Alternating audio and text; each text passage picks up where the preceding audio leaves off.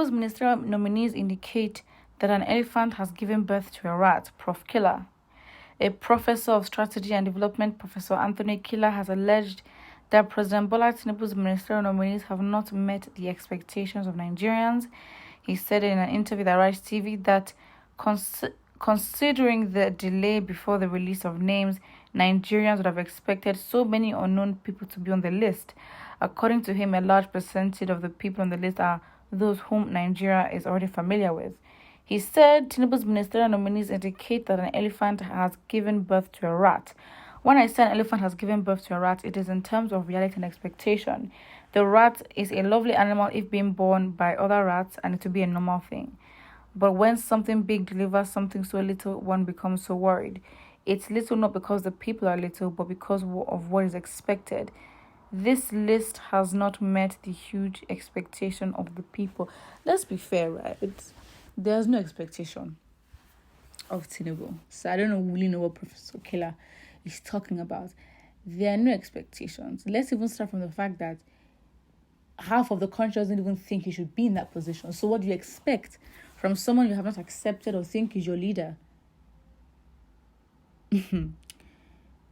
Someone else says, yes, he should have nominated people like Anthony Joshua, Adesanya, J.J. Okocha, Davido, Falana, and Eddie Murphy, and their likes of elephants.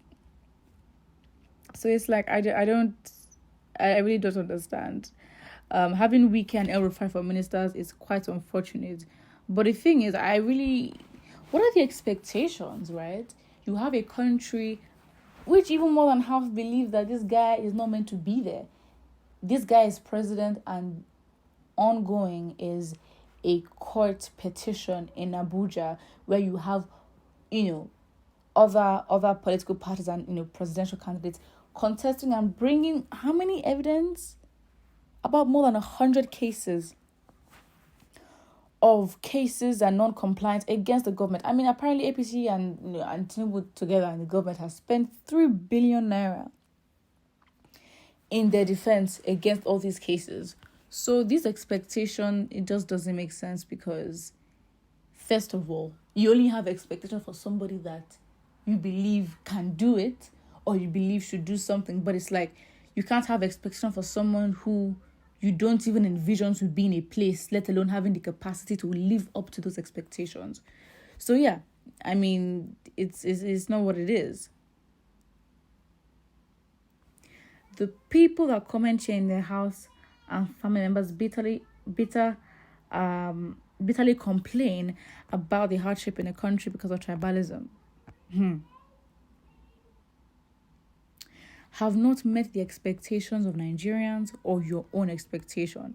It may even be that this guy wanted to be a nominee or whatever, and he wasn't. So maybe it's his own expectation, because the expectations you are even thinking that Nigerians have, they don't even exist, right? They don't exist one bit. So, please.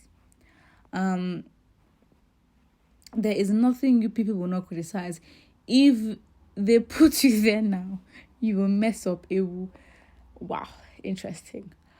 If you don't have anything reasonable to say, please go and find something else to do, just to still show your hatred, stupid prof. So you wanted him to nominate unknown gunmen. The list contains Nigerians who have been tested and trusted. Of course. So you're supposed to nominate Babangida, Goodluck, Gowon, and Pastor Adeboye, and Yes Daddy. Please. It's very interesting. At the end of the day, there are no expectations. But at the end of the day, she's president, and I personally believe that this system of appointing people is just so rubbish and unneeded, because Tinubu did not need time to plan the policies. On the first day, he removed subsidy, but he could have not planned who was going to add to his cabinet. So all this is 2 months in, you are still moving in, right? It's like he's still moving into Aso Rock. He's still getting used to it. Okay, you're president, but my guy, you're not just president. You are president of Nigeria. Nigeria needs help. Nigeria is literally a failed state. As you are entering into the presidency, you should put on your gloves and your hat to know that you are about to work, because you're not in a country where things are just fine. There's working systems. Even you yourself, you are looking for problems. But in this country, before you enter the presidency, the problems before you should even scare you enough. So now understand that you want to be a president to fix these. Fine. But it's very clear that Tinubu, I don't think the guy really wants stress, to be honest. Like, I think the guy had his own personal reasons why he wanted to be president. Because, being with the people, already being governor, already being as active in, the society, and being as relevant as he is with the influence, you know, I just think his personal reasons are very strong.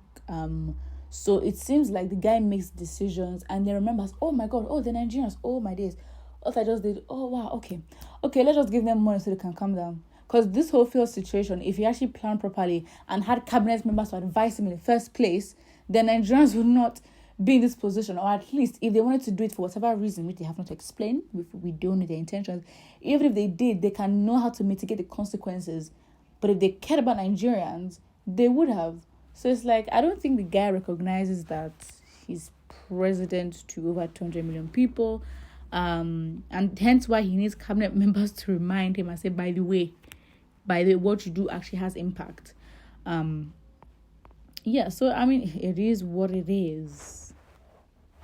Strange.